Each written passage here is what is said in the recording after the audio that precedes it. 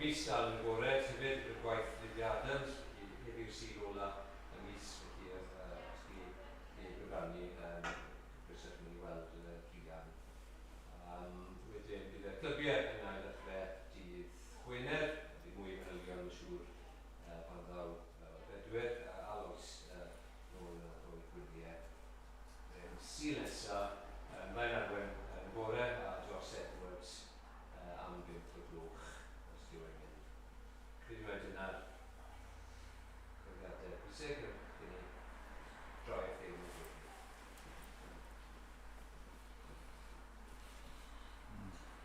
Diolch i ti o ddim yn tad am gymaint bethau ni wedi mwynhau yn ystod y dydd, gymaint i ti yn rhoi i ni o funud i funud.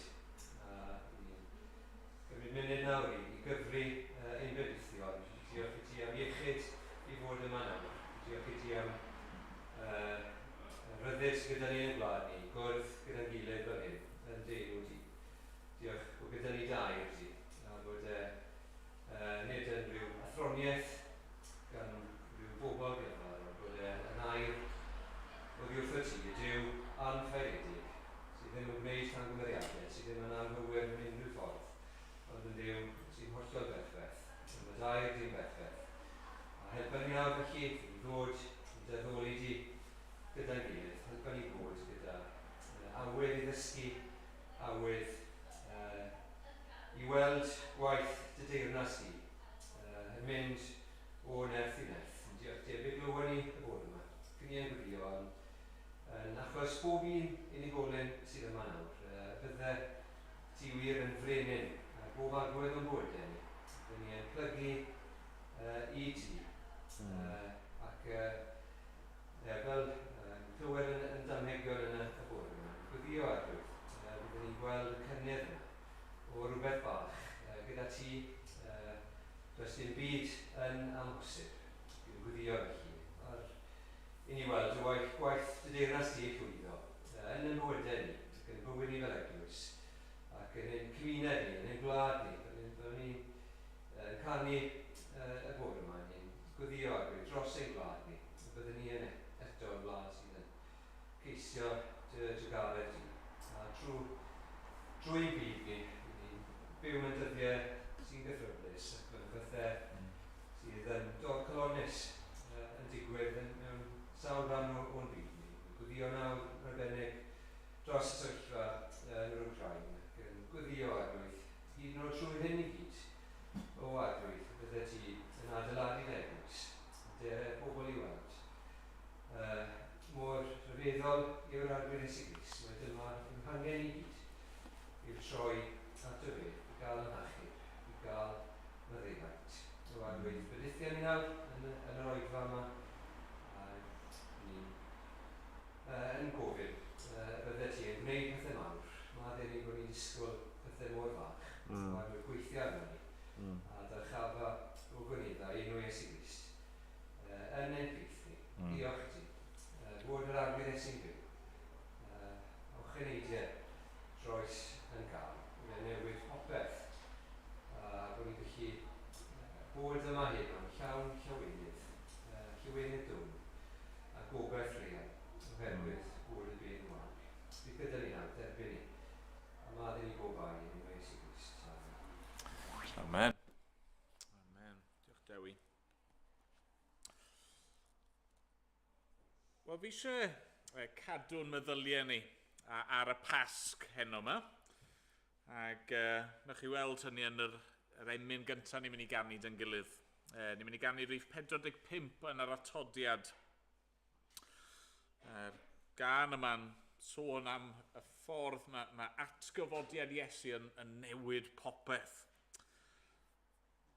Pan oedd Iesu dan yr hoelion, yn ymderoedd chwerw loes, torwyd beddau i obeithion ei rai annwyl wrth y groes.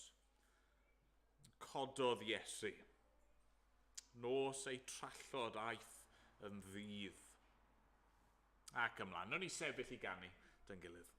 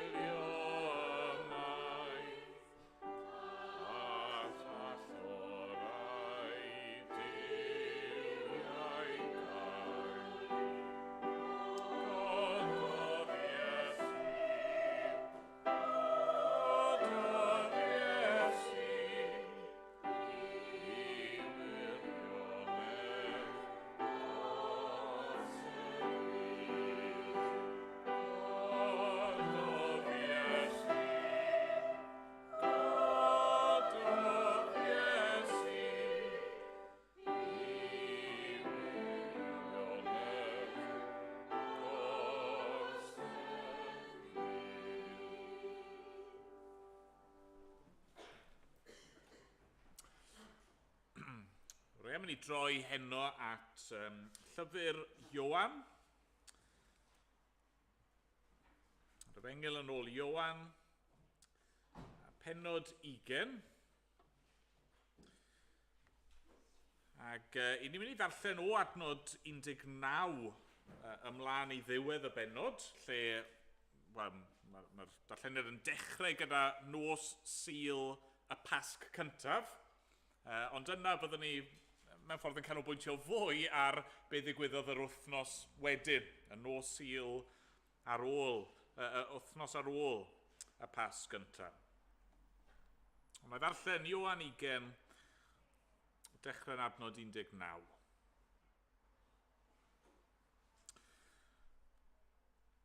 Gyda'r nos, ar y dydd cyntaf hwnnw o'r wythnos, yr oedd y drysau wedi eu cloi lle roedd y disgyblion, oherwydd ei bod yn ofni'r Iddewon. A dyma Iesu yn dod ac yn sefyll yn eu canol, ac yn dweud wrthynt, tangnefedd i chwi. Wedi dweud hyn, dangosodd ei ddwylo a'i ystlys iddynt. Pan welsant yr arglwydd, llawenychodd y disgyblion. Meddai Iesu wrthynt eilwaith, tangnefedd i chwi. Fel y mae'r tad wedi fy anfon i, yr wyf fi hefyd yn eich anfon chwi. Ac wedi dweud hyn, anadlodd arnynt a dweud, derbyniwch yr ysbryd glân. Os maddeuwch bechoder rhywun, maent wedi ei maddau. Os peidiwch ei maddau, maent heb ei maddau. Nid oedd Thomas a elwyr Didymus, un o'r 12, gyda hwy, pan ddaeth Iesu atynt. Ac felly dwedodd y disgyblion eraill wrtho, rydym wedi gweld yr arglwydd. Ond meddai ef wrthynt, os na welaf ôl yr hoelion yn ei ddwylo, a roedd y mis yn ôl yr hoelion, am llaw yn ei ystlys, ni chreda fi byth. Ac ymhen wythnos, roedd y disgyblion unwaith eto yn y tŷ, a Thomas gyda hwy. A dyma Iesu'n dod, bod y drysau wedi cloi, ac yn sefyll yn y canol, a dweud, tangnefedd i chwi. Yna meddai wrth Thomas, estyn dy fys yma. Edrych ar fy nwylo. Estyn dy law a'i rhoi yn fy ystlys. A phaid a bod yn anghredadyn, bydd yn gredadyn. Atebodd Thomas ef, fy arglwydd am Duw. Dwedodd Iesu wrtho, ai am i ti fy ngweld i rwy ti wedi credu? Gwyn ei byd yr rhai a gredodd heb iddynt weld. Roedd llawer o arwyddion eraill yn wir, a wnaeth Iesu yngwydd ei ddisgyblion nad ydynt wedi eu cofnodi yn y llyfr hwn. Ond mae'r rhain wedi eu cofnodi mwyn i chwi gredu. Mae Iesu yw'r Meseia, mab Duw. Ac mwyn i chwi trwy gredu, gael bywyd yn ei enw ef. Amen. Amen. Diolch i Dduw am ei air i ni. Wel, gadewch i ni weddio gyda'n gilydd. Ni'n droi at yr arglwydd. O, Dduw ein tad a thad ein harglwydd Iesu Grist. Yr un ni yn diolch i ti am gyfle unwaith eto i ddod ynghyd. Arglwydd, ni newydd ddarllen am yr disgyblion cyntaf hynny, yn cwrdd gyda'i gilydd, yn dod ynghyd, ac hynny o wythnos i wythnos, ac arglwydd, profi dy bresenoldeb di. Yn clywed y lais di yn cyhoeddi tangnefedd, heddwch i chwi. Ac arglwydd ein dymuniad ni yma nawr yw y byddwn ni yn profi rhywbeth tebyg. Byddwn ni yn ymwybodol ein bod ni'n cwrdd nid yn unig gyda'n gilydd, gyda'n brodyr a chwiorydd a gyda'n ffrindiau, ein teuluoedd, ond bod ni'n cwrdd gyda thi, arglwydd. Ac Dad, ni'n dod a falle bod yna bob math o ofnau a phryderon gennym ni. Arglwydd falle bod pob math o amheuon gennym ni hefyd. Ond ni'n gofyn nawr arna ti ddod. Ein harglwydd. Ein Duw. Fel glywon ni bore yma, ein brenin. A ter y arglwydd, ter di'r canol. Derbyn ein mawl ni a'n diolch ni. Arglwydd, gogonedda dy enw mawr di yn ein plith ni os gweli di fod yn dda. Arglwydd, wnaethon ni glywed yn y darlleniad am yr addewid yna gan yr arglwydd Iesu i roi ei ysbryd i'w ddisgyblion yna. Arglwydd, ni'n diolch bod hynny wedi cael ei gyflawni ar ddydd Pentecost. Arglwydd, ni'n diolch dy fod ti yn gweithio yn ein plith ni nawr trwy dy ysbryd di. Dad, gad i ni brofi hynny. Arglwydd, gad i ni fod yn ymwybodol o hynny, os gweli di fod yn dda. Dad, ni'n diolch am yr arglwydd Iesu Grist. Yn diolch fel mae'r llythyr at yr Hebreaid yn atgoffa ni fod Iesu Grist yr un ydyw ddoe, heddiw ac yn dragywydd. Ni'n diolch heno am bod ni'n gallu nesau at un rydyn ni yn ei adnabod. Un sydd yn ffyddlon, un sydd yn cydymdeimlo, un sydd mor gyson a ddigyfnewid. Arglwydd, diolch i ti am y pethau hyn. Diolch dy fod ti yn ein derbyn ni, a ddim yn ein gwrthod ni. Ni wedi gweld fan hyn Thomas yn llawn cwestiynau ac arglwydd yn dweud bydde fe'n gwrthod credu. Ac eto mae'r arglwydd Iesu'n dod yn tosturio, yn amyneddgar. Dad, ni'n diolch dy fod ti yn ein trin ni yn dyner felly hefyd. Arglwydd, diolch i ti. Ti mor dda i ni. Cymaint gwell nag un i ni heiddi. Arglwydd, a wneud di. Nawr, derbyn ni. Derbyn ein mawl ni a'n diolch ni gyd. Yn enw'r arglwydd Iesu Grist. Amen. Amen. Ni'n mynd i ganu o'r llyfr ymynau nesaf, rhif 266. 266. Dy roi ni weld o'r newydd mae ti, arglwydd, yw ein rhan. Yr ail bennill yn dweud ymnisgleiria yn y canol. Gwel dy bobl yma ynghyd yn hiraethu addfwyn Iesu am gael gweld dy wyneb pryd. Ac ymlaen, nhw'n ni sefyll i ganu yn gilydd.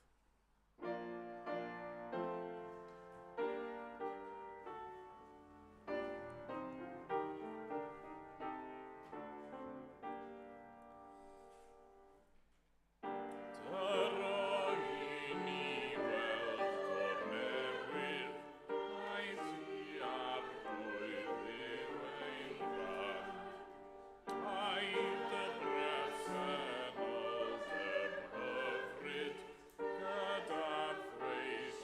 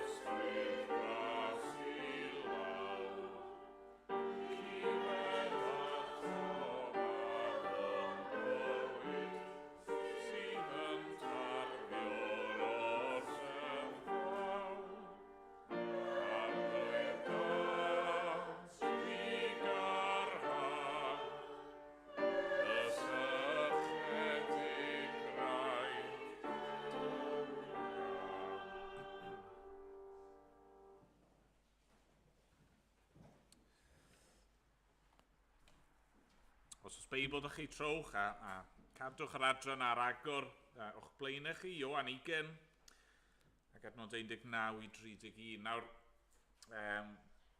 nath rhywun ofyn i fi bore yma, ydy e dal yn dderbyniol i ddymuno pasg hapus i rhywun. Ond i ddim wedi gweld nhw dros y pasg, a nhw'n dymuno y pasg hapus, a wedi gofyn, wel, ydyn ni dal yn cael dweud hynny? Neu ydy e'n rhy hwyr? Ydyn ni wedi gadael y pasg tu ôl yn barod fel petai? Falle bod hwnna'n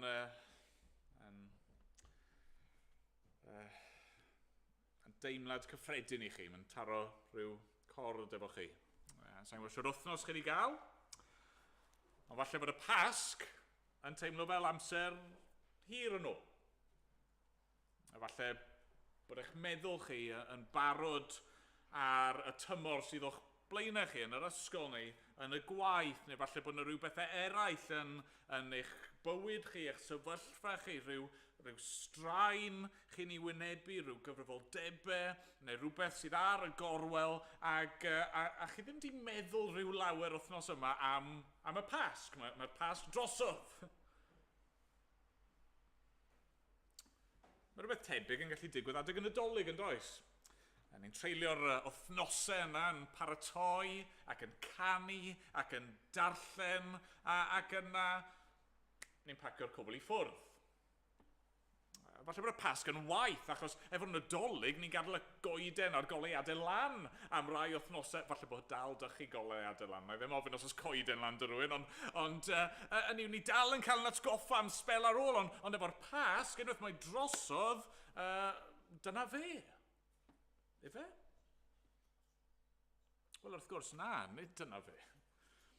Ac yn yr un ffordd mae arwyddocad y Nadolig a'r ymgnawdoliad a genedigaeth yr arglwydd Iesu, mae hynny dal i fod yn berthnasol trwy'r flwyddyn. Wel, wrth gwrs, mae'r pasg, popeth i ni wedi bod yn ei ddathlu, dal i fod yr un mor berthnasol heno. Ac bod ni'n gwybod hynny, ys dim byd arbennig o wreiddiol gen i i'w rannu gyda chi heno, ond maen nhw'n bethau ni angen cael ein atgoffa ohonyn nhw. Fod yna wythnos di bod, fod y pasg, gallwn ni ddweud yn dechnegol, drosodd, mae'r hyn ni wedi bod yn dathlu, mae dal i fod yn wir. Oedd Thomas fel petai di colli hynny ond oedd. Trian, ni ddim yn gwybod lle oedd ar y Nos Sul cyntaf yna. Nath fethu allan ar y profiad ac oedd bron a bod eisiau anghofio am popeth oedd wedi digwydd. Ond yna, y Nos Sul wedyn, yr un Iesu sy'n ymddangos iddo fe. Yn dangos iddo fe fod y pethau oedd wedi digwydd yn dal i fod yn wir. A maen nhw dal i fod yn wir heno yma.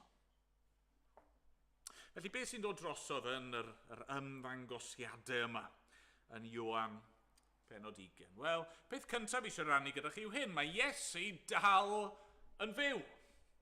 Mae Iesu dal yn fyw. Nes i wedi, ddim byd greiddiol, ddim byd groundbreaking da fi rannu fan hyn, ond oedd e'r un mor wir wythnos ar ôl y pasg ac yw heno. Mae Iesu dal yn fyw. Ni'n clywed yn dini yn adnod 19, gyda'r nos ar y dydd cyntaf hwn o'r wythnos, roedd y drysau wedi cloi lle roedd y disgyblion oherwydd ei bod yn ofni'r Iddewon, a dyma Iesu'n dod ac yn sefyll yn ei canol ac yn dweud wrthynt tangnefedd i chwi. Yna, adnod 26, ymhen wythnos, roedd y disgyblion unwaith eto yn y tŷ, a Thomas gyda hwy. A dyma Iesu yn dod, bod y drysau wedi cloi ac yn sefyll yn y canol a dweud tangnefedd i chwi. Mae'r arglwydd Iesu Grist yn dal i fod yn fyw. Oedd wedi ymddangos iddyn nhw ar y Sul cyntaf hwnnw ac doedd Thomas ddim gyda nhw.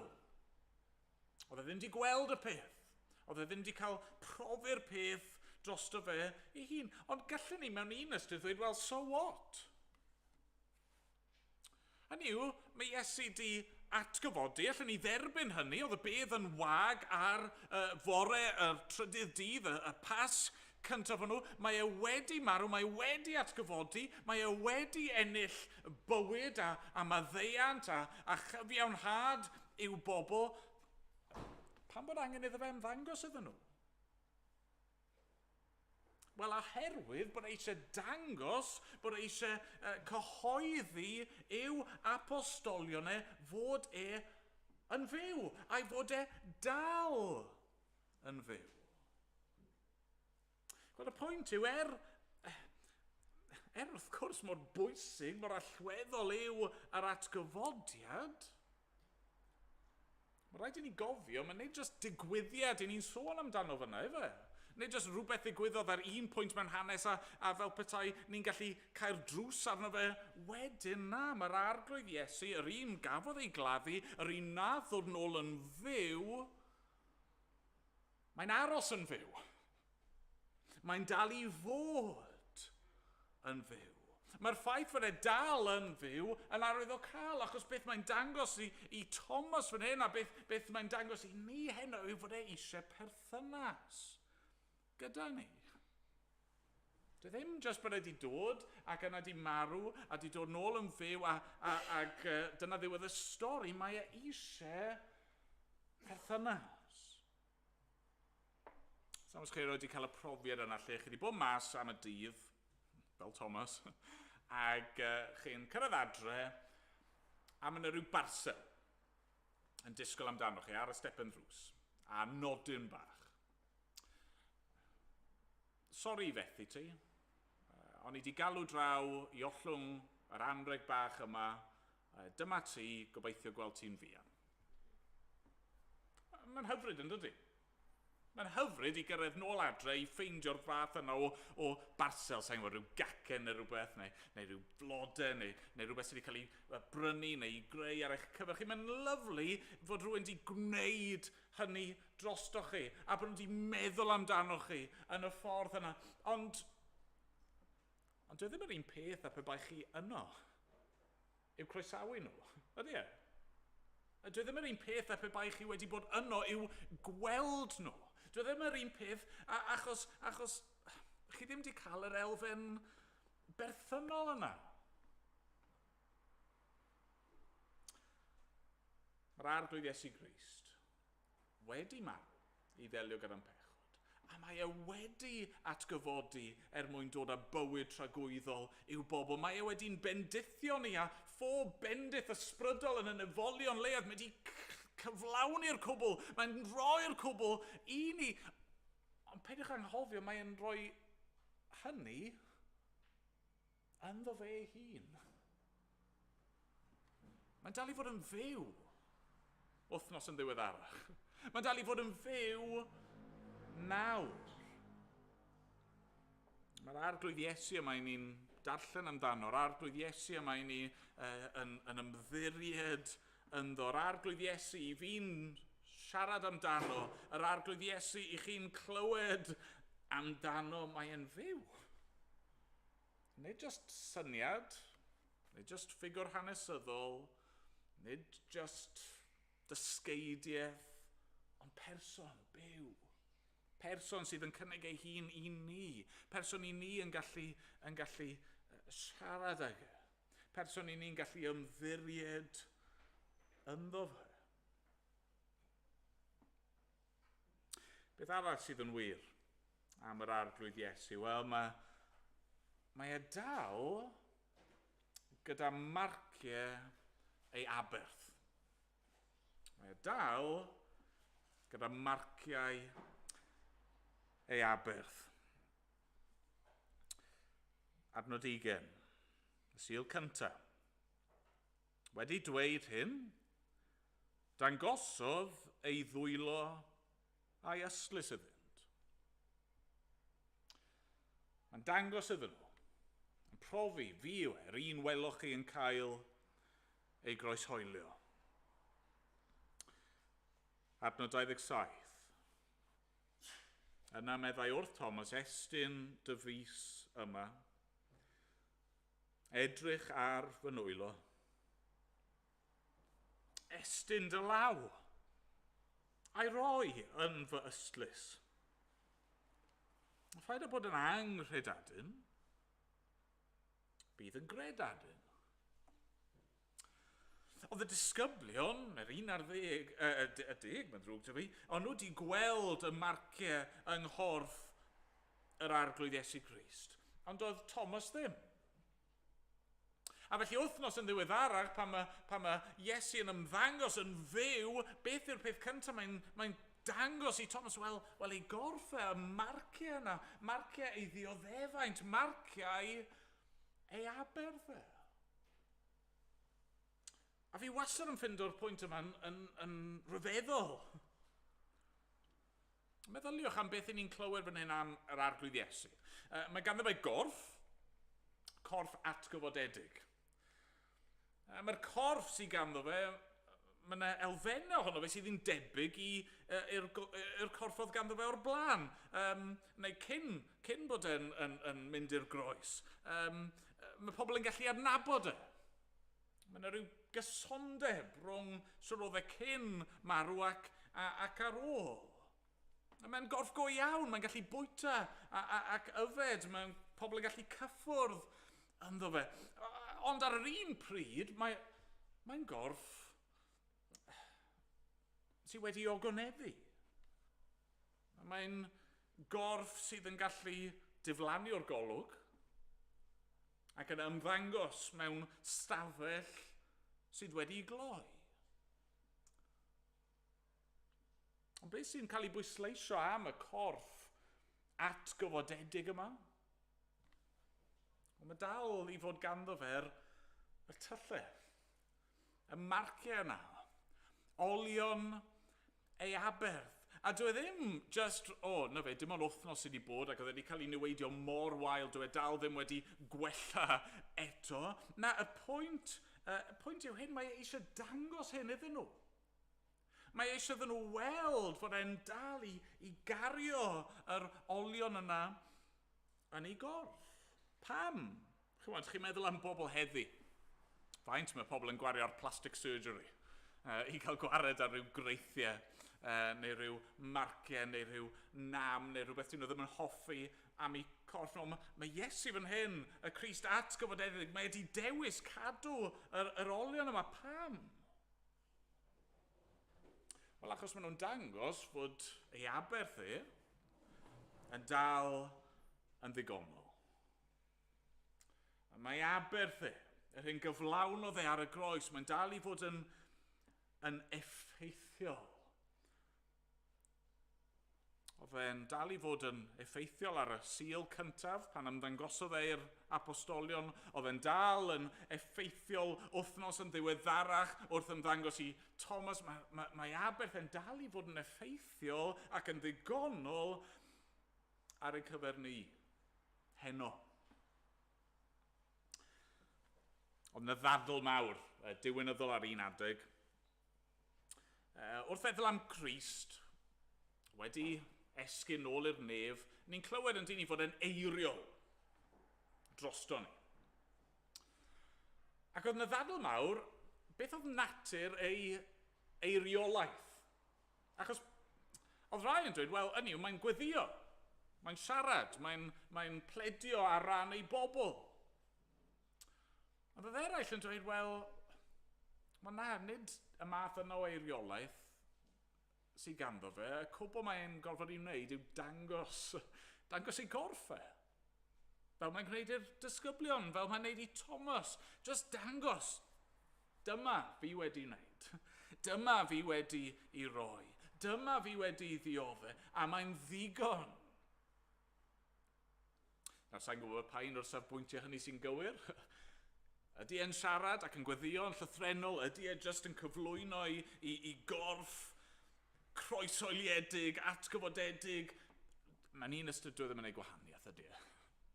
Y pwynt yw, mae'r hyn nath yn dal i fod yn wir heno.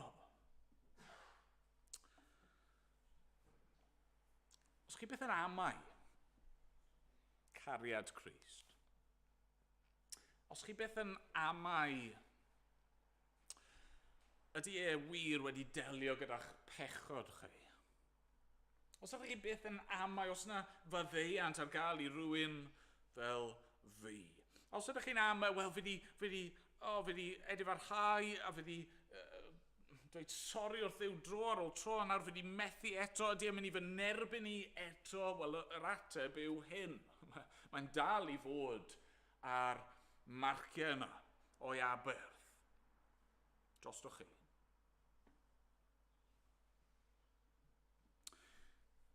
Beth arall sy'n dal i fod yn wir am Iesu? Wel, mae dal i fod yn arglwydd.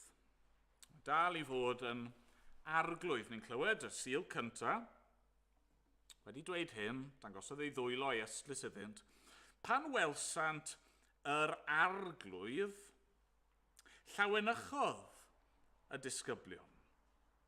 Ac yna, ni'n clywed yn ei geiriau nhw ei hunan yn adnod 25, dwedodd y disgyblion wrth Thomas, rydym wedi gweld yr arglwydd. Nawr te, wythnos yn ddiweddarach, mae Crist yn ymddangos i Thomas a beth sydd ganddo fe i'w ddweud adnod 28. Atebodd Thomas fy arglwydd am Duw. Fy arglwydd. Fe yw yr arglwydd. Oherwydd pwy yw e, fel mab Duw? Oherwydd yr hyn mae e wedi gyflawni ar y groes ac yn atgyfodi, fe yw yr arglwydd. Oedd e'n deilwng o fawl y disgyblion ar y Sul cyntaf yna. Oedd e'n deilwng o fawl Thomas, wythnos yn ddiweddarach. A mae'n deilwng o'n mawl ni heno. Am i fod e'n fyw, am i fod e wedi ennill iachawdwriaeth i ni, mae e'n heiddi yr un ymateb yma bod ni yn ymostwng o'i flanau ac yn cydnabod fe yw ein harglwydd ni. Fe yw ein Duw ni. Wel, bod yna 2,000 a mwy o flynyddoedd wedi pasio. Bod yna pob math o pwerau gwahanol di codi, fod yna bob math o bobl di ymosod ar yr efengil mewn gwahanol ffyrdd, bod yr eglwys wedi mynd trwy dyddiau da a dyddiau drwg. Mae e'n dal i fod yn arglwydd. Y brenin glywon ni amdano fe bore yma. Mae ei deyrnas yn dal i dyfu. Mae e'n dal i fod ar ei orsedd.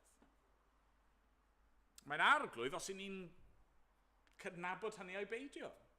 Chod am wythnos, doedd Thomas ddim yn barod i gydnabod hynny, oedd e? Am wythnos, oedd e'n gweud, no way, os nag i fi'n cael profiad ohono fe, sa'n mynd i gredu byth, ond yna mae e'n cael ei lorio.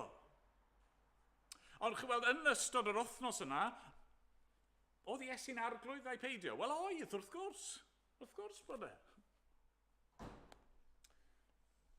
Mae yna gwestiwn yn does. Fi'n siŵr bod chi wedi clywed y cwestiwn yma, cwestiwn gwirion athronyddol yw e. Os coeden yn disgyn mewn coedwig, a does neb yna i glywed e, ydy e'n gwneud sŵn? If a tree falls in the woods and no one's there to hear it, does it make a noise? Wel, wrth gwrs bod e. Dy ffaith bod chi yna i glywed e, neu beidio, ddim yn newid yr hyn sydd yn digwydd. A mae'r un peth yn wir am yr arglwydd Iesu Grist. Dim ots os ych chi'n derbyn hyn a'i peidio. Dim ots os ych chi yn ei gydnabod e yn arglwydd a'i peidio. Fe yw yr arglwydd. Ac un dydd fe fydd pob un yn gorfod cydnabod hynny. Un dydd fe fydd pob un yn gorfod plygu glin. Un dydd fydd pob tafod yn cyffesu mae fe sydd arglwydd.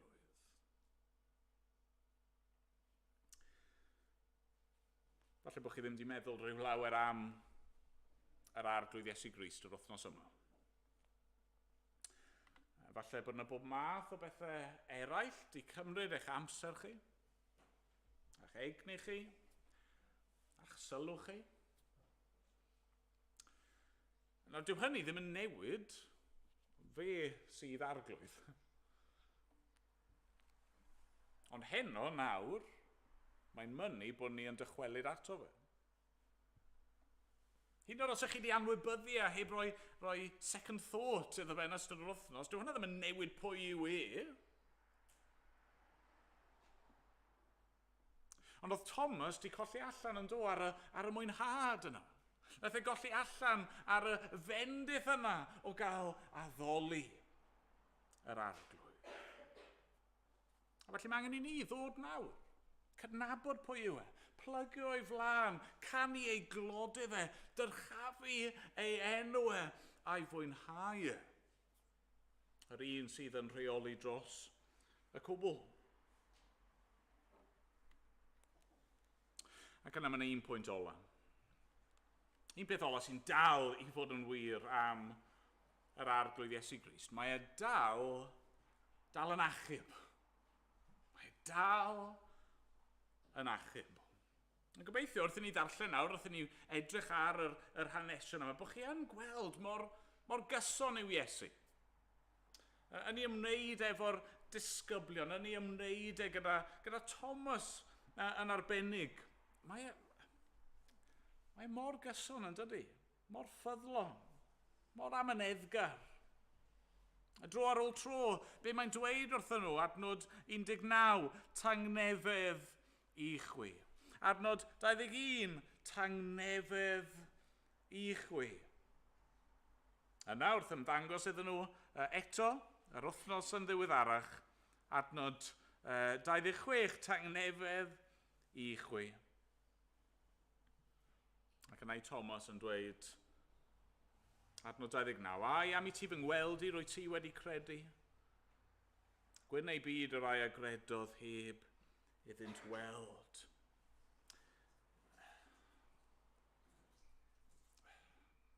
Mae'r arglwydd yn dal i achub. Dyw e ddim bod e di atgyfodi ar y sil cyntaf yna ac yn y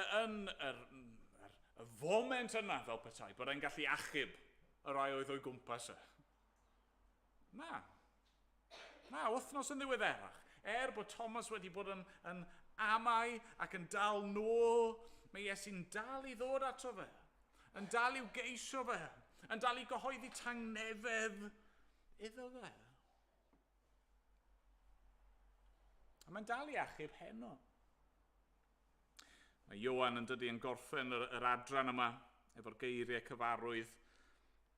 Roedd llawer o arwyddion eraill yn wir a wnaeth Iesu yng ngwydd ei ddisgyblion, nad ydynt wedi cofnodi yn y llyfr hwn. Ond mae rhain wedi ei cofnodi mwyn i chwi gredu mae Iesu yw'r Meseia mab Duw. Ac mwyn i chwi, trwy gredu, gael bywyd yn ei enw e. A mae'r arglwydd dal i fod yr un mor amyneddgar ac erioed. Falle bod ni wedi bod yn dal nôl, falle bod ni wedi bod yn ei wrthod e, falle bod ni wedi crwydro oddi wrtho, falle bod ni wedi oeri neu wedi caledu'n calonau. Ond mae'n dal i'n ceisio ni, mae'r ffaith bod ni yma gyda'n gilydd heno. Yn clywed y neges yma'n arwydd o'i amynedd ac o'i drigaredd ac mor eithafol yw ei gariad tuag ato ni. Dyw'r arglwydd Iesu heb newid. Yr un Iesu ni'n dod ato fe heno, mae'n dal i fod yn fyw, mae ei aberth yn dal yn ddigonol, mae e'n dal yn arglwydd yn rheoli dros y cwbl, a felly mae e eisiau achub ac mae e'n gallu achub i'r eithaf pob un sy'n credu ynddo fe. Mae hynny'n cynnwys chi, heno, nawr. Fod y Pasg drosodd, beth ych meddwl, wel, nes i ddim credu'r Pasg yma. Nes i ddim ceisio'r arglwydd y Pasg yma, felly mae'r cyfle drosodd tan y dolyg nawr. Ddim o gwbl. Nonsens. Dyw'r Efengyl ddim yn neges ar gyfer y Pasg yn unig, dyw ddim yn neges ar gyfer Nadolig yn unig. Dyw'r arglwydd ddim just yn maddau, neu yn derbyn ni, neu yn amyneddgar gyda ni ar adegau penodol o'r flwyddyn os ni'n dala fe just yn y foment cywir. Na. Na, be mae'r Beibl yn neud yn glir yw mae heddiw yw dydd Iachawdwriaeth. Y pwynt fyna yw heddiw yw'r dydd i ni'n troi. Heddiw yw'r dydd i ni fod i droi ac i ymddiried ynddo fe. Mae'n dal i achub heno os newch chi adael iddo fe. Dewch ato fe. Peidiwch gadael eto flwyddyn nesaf. Peidiwch gadael eto'n fori. Dewch at yr arglwydd sy'n dal i achub heno. Mwyn ei enw. Amen. Amen. Ni'n mynd i ganu efo'n gilydd o'r atodiad.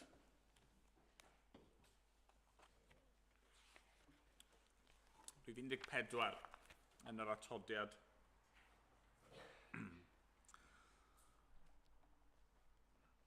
Dyfarwolaeth a gyhoeddwn gyda'n gilydd faithful iawn. Yn lle cofio ein holl feie, ei anghofio yn ei stithau. Chwilio ninnau ein calonau, fe gyffeswn ein pechodau, a derbyniwn y gwahoddiad i gael gwledda ar dy gariad. Ti a seliodd y cyfamod, trech dy ras na'n anheilyngdod. Diolch am y corff a dorwyd, diolch am y gwaed a gollwyd. Cofio nawr am dy farwolaeth.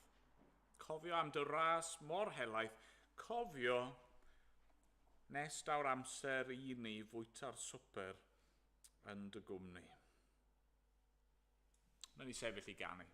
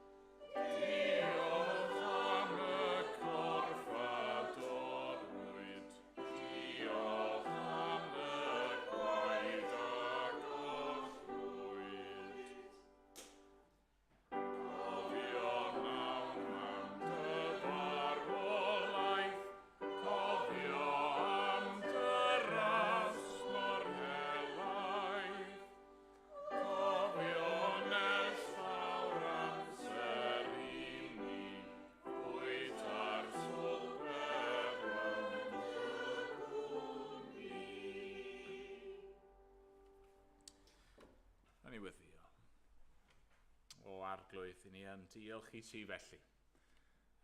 Am yr hyder sydd gennym ni wrth i ni nesau ata ti. Diolch am yr arglwydd Iesu sydd yn awr, yn eiriol dros ei bobl. Ni'n diolch am y pethau hyn. Dad, ni'n gofyn arna ti nawr i barhau i siarad â ni, parhau i weithio yn ein calonau ni. Ni yn cyflwyno'r dyddiau nesaf yma i ti yn ein amrywiol anghenion. Diolch dy bod ti yn ddigonol am mhob ffordd i ni. Dad, bydd gyda ni nawr. A derbyn ein mawl ni am diolch ni. Yn enw'r arglwydd Iesu. Amen.